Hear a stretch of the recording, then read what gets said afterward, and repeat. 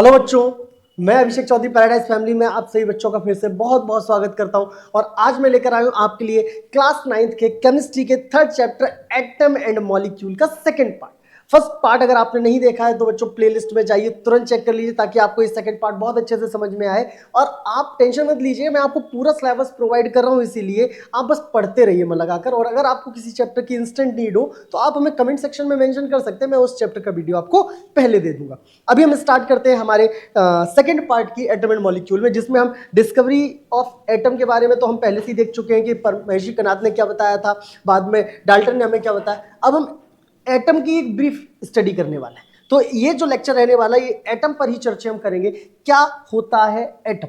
तो एटम के बारे में हम पढ़कर आए, एवरीथिंग जो सारे के सारे मैटर हमारे पास है, anything near about us is made by small and tiny particle called atom. मतलब all the matter is made by small and tiny particle. कोई भी मैटर जो है वो छोटे छोटे पार्टिकल से ही मिलकर बना है और उन छोटे छोटे पार्टिकल को ही हम एटम्स कहते हैं। तो देखेंगे ध्यान से क्या बताया गया यहाँ पर, एटम के ही चर्चे। देखिए, an atom is the smallest particle. Atom क्या है? एक स्मॉलेस्ट पार्टिकल है of an element that can take part in a chemical reaction. कि किसी भी केमिकल रिएक्शन में पार्टिसिपेट करने वाला स्मॉलेस्ट पार्टिकल जो है वो एटम है। डाल्टन का मानना था कि ये ओवरऑल स्मॉलेस्ट है। देखिए, एक्चुअल में ये डिवाइड हो सकता है इलेक्ट्रॉन प्रोटॉन न्यूट्रॉन में, लेकिन हम जानते हैं कि केमिकल रिएक्शन में इलेक्ट्रॉन प्रोटॉन न्यूट्रॉन पार्टिसिपेट नहीं करते। केमिकल रिएक्शन में पार्टिसिपेट एटम ही करता है। और अभी तक की जानकारी में तो हम यही कह सकते हैं कि वो स्मॉलेस्ट पार्टिकल जो केमिकल रिएक्शन में पार्टिसिपेट करता है वो एटम है।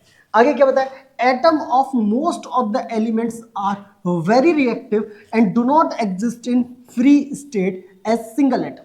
ये जो मैक्सिमम एलिमेंट्स के एटम है वो बहुत ज्यादा रिएक्टिव है। ये ऑक्टेट रूल को फॉलो करते हैं कि जिनके बैलेंस सेल में 8 इलेक्ट्रॉन्स होंगे सिर्फ वो ही स्टेबल होंगे, वो ही नॉन रिएक्टिव होंगे, जिनको हम नोबल गैसेस कहते हैं। और वो है कौन कौन से? Helium, neon, argon, krypton, xenon, radon. इनके अलावा जितने भी एलिमेंट्स हैं ये नेचर में फ्री स्टेट या फिर एक सिंगल इलेक्ट्रॉन की फॉर्म में नहीं मिलते। ये हाईली रिएक्टिव है। ये मॉलिक्यूल की फॉर्म में मिल सकते हैं, आइंस की फॉर्म में मिल सकते हैं, लेकिन एटम्स की फॉर्म में नहीं मिलेंगे। कौन कौन? नोबल गैस के अतिरिक्त लगभग सारे एलिमेंट्स। तो देखेंगे एटम के बारे में कुछ प्रॉपर्टीज है। There are as many kinds of atom as are elements. हमें क्या बताया जाता है कि ये जितने एलिमेंट्स होते हैं उतने ही टाइप के एटम्स होते हैं। मतलब हाइड्रोजन एलिमेंट का एटम अलग होगा, हीलियम का अलग होगा, लिथियम का अलग होगा। जितने टाइप के एलिमेंट उतने ही टाइप के एटम्स। आगे क्या बताया गया इसको भी हम ध्यान से देखेंगे।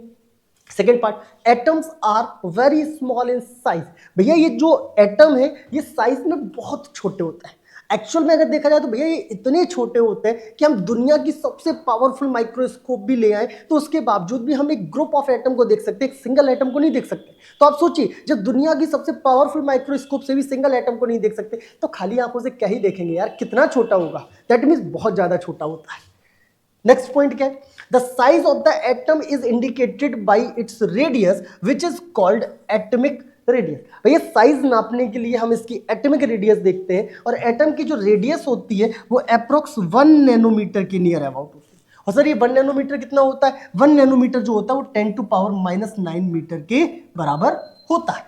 तो सिंपली क्या बताया कि एटम्स जो होते हैं ये बहुत ज्यादा छोटे होते हैं। किसी जितने टाइप के एलिमेंट उतने ही टाइप के एटम्स, ठीक है ना? जितने टाइप के एलिमेंट उतने ही टाइप के एटम। और एटम की जो रेडियस है वो लगभग कितनी होती है? 1 नैनोमीटर। और 1 नैनोमीटर जो होता है वो होता है 10⁻⁹ मीटर के बराबर। एक और पॉइंट है, atoms are so small that we can not be see by the most powerful optical microscope. मैंने आपको पहले ही बताया कि हम दुनिया की सबसे पावरफुल माइक्रोस्कोप का भी यूज कर ले तो भी हम ग्रुप ऑफ एटम्स देख सकते हैं, एक सिंगल एटम को देख नहीं सकते।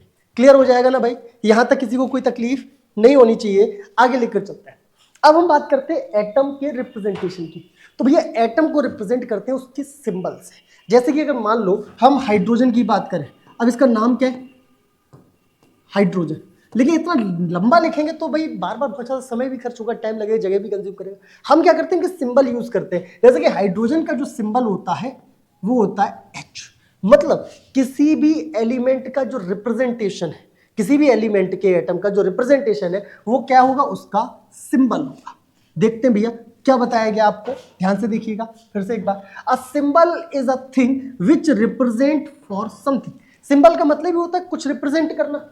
And the symbol of element mean, element के सिंबल का मतलब है the symbol of the atom of the element, किसी भी एलिमेंट के एटम का सिंबल। जैसा कि मैंने बताया कि हाइड्रोजन का सिंबल क्या होता है, H। इसी तरह से किसी भी एटम को रिप्रेजेंट करते हैं उसके सिंबल से। आगे देखेंगे मॉडर्न सिंबल्स ऑफ एलिमेंट। अब एलिमेंट के मॉडर्न सिंबल की बात करते हैं। The symbol of an element is the first letter of the, ये रिपीट हो रहा है, यहां से हम इसको कट कर देंगे, ये रहा, first letter and another letter of the English name और Latin name of the element. मतलब क्या हुआ, मैं आपको बताता हूं कि किसी भी एलिमेंट का जो सिंबल होगा, अगर हम मॉडर्न वे में बात करें, एंशिएंट टाइम डिफरेंट था, अलग तरह से रिप्रेजेंट करते थे, लेकिन मॉडर्न टाइम में क्या करते हैं, जैसे कि आपके पास है हाइड्रोजन, तो हमने क्या किया, हाइड्रोजन का पहला लेटर जो ले लिया, यही हो जाएगा इसका सिंबल।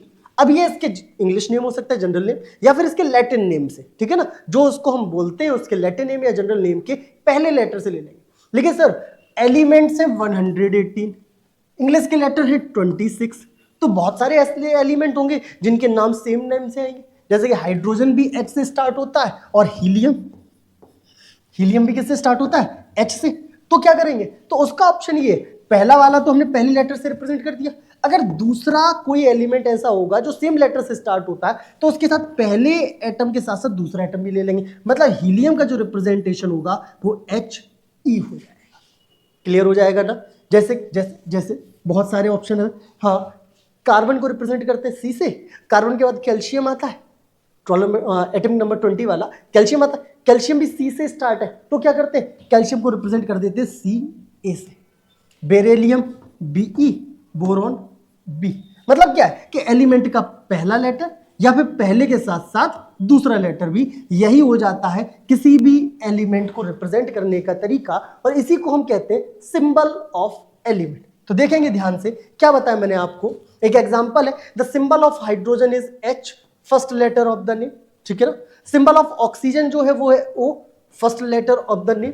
अब तीसरा कौन सा है, symbol of the calcium, calcium जो है उसमें 2 लेटर लेते हैं, first and second letter of the name. क्यों, क्योंकि कैल्शियम से पहले कार्बन आ चुका है भैया, कार्बन C से, इसलिए। सिंबल ऑफ द क्लोरीन को Cl लेते हैं, क्यों, क्योंकि ये भी C से स्टार्ट हो गया, तो सेकंड लेटर L भी साथ में ले लिया, first and second letter of the name, और यही हो जाते हैं हमारे modern symbol of element. Clear हो जाएगा भैया।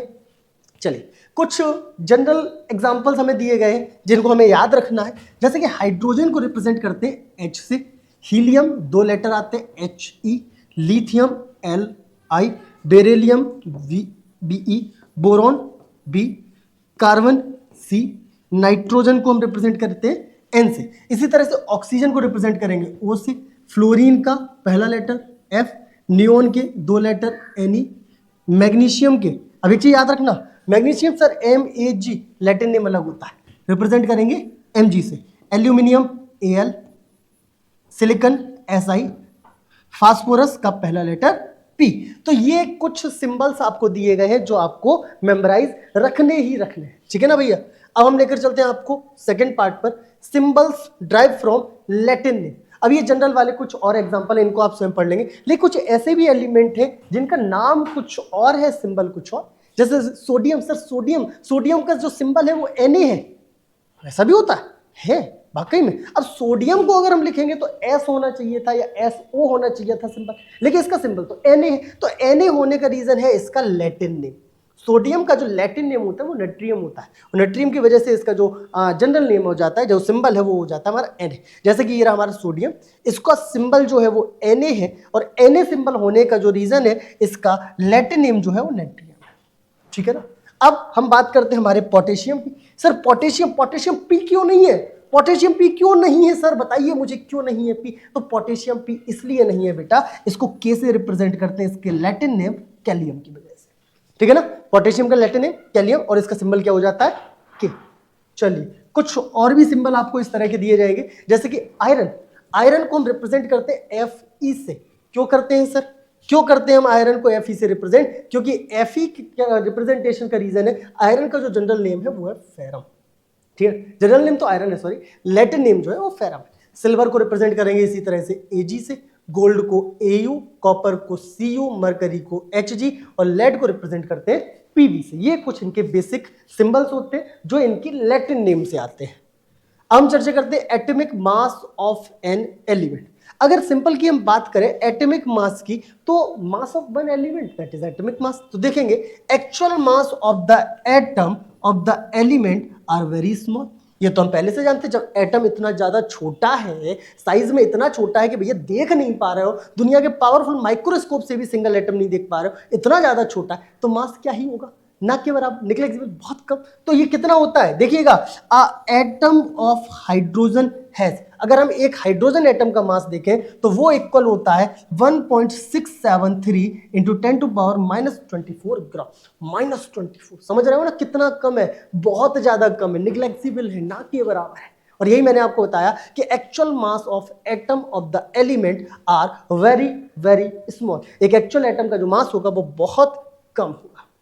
चलिए, कुछ और एलिमेंट दिए गए जिनके सिंबल दिए गए उनके मास के साथ में, जैसे कि हाइड्रोजन का सिंबल जो है वो H है, और हाइड्रोजन का जो एटॉमिक मास है वो है 1 यूनिट।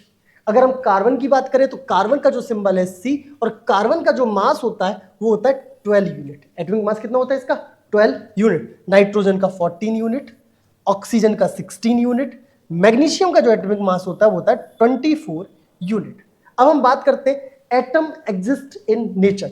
तो जैसा कि मैंने आपको पहले भी बताया कि एटम जो नेचर में फ्री स्टेट में एग्जिस्ट नहीं करता, कुछ लिमिटेड एलिमेंट्स ऐसे हैं जिनका ऑक्टेट कंप्लीट है, जिनको हम नोबल गैसेस कहते हैं। और वो कौन कौन से, helium, neon, argon, krypton, xenon, radon.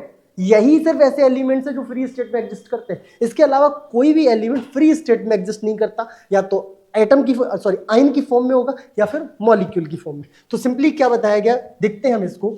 Atoms actually exist in 2 state, या तो वो हमें मिलेगा मॉलिक्यूल की फॉर्म में या फिर हमें मिलेगा वो आयन की फॉर्म में। ये चीज हम पहले से जानते हैं कि एटम जो एग्जिस्ट करेगा या तो मॉलिक्यूल की फॉर्म में या फिर आयन। इन शॉर्ट में आपको बता दूं, 2 और मोर एटम जब फिक्स प्रोपोर्शन में, फिक्स कंपोजिशन में मिलते हैं तो वो मॉलिक्यूल बनाते हैं। और अपना ऑक्टेट कंप्लीट करने के लिए अगर कोई एटम अपने इलेक्ट्रॉन्स को लूज करता है या इलेक्ट्रॉन्स को गेन करता है, तब वो कहता है आयन, तब उसको हम क्या कहते हैं, आयन कहते हैं। अगर कोई इलेक्ट्रॉन गेन कर रहा है तो वो नेगेटिव आयन बनाएगा, इसको हम एनाइन कहते हैं। और अगर कोई इलेक्ट्रॉन लूज कर रहा है तो वो पॉजिटिव आयन बनाएगा और उसको हम कैटाइन कहते हैं। कोई भी एटम अगर 1 इलेक्ट्रॉन लूज करेगा तो उस पर 1 पॉजिटिव चार्ज, 2 इलेक्ट्रॉन लूज करेगा तो उस पर 2 पॉजिटिव चार्ज, और अगर 3 इलेक्ट्रॉन्स लूज करता है तो उस पर 3 पॉजिटिव चार्ज होते हैं। ओवरऑल आप ऐसे समझ लो, कोई भी एटम जिस पर चार्ज हो, अगर पॉजिटिव चार्ज हो चाहे नेगेटिव चार्ज हो, अगर चार्ज अवेलेबल है तो वो क्या हो जाएगा, आयन। और नॉर्मली एटम या तो आयन की फॉर्म में मिलता है या फिर मॉलिक्यूल की फॉर्म में। तो ये हो जाता है हमारा एटम का एग्जिस्टेंस, जिस फॉर्म में हमें वो नेचर में मिलता है।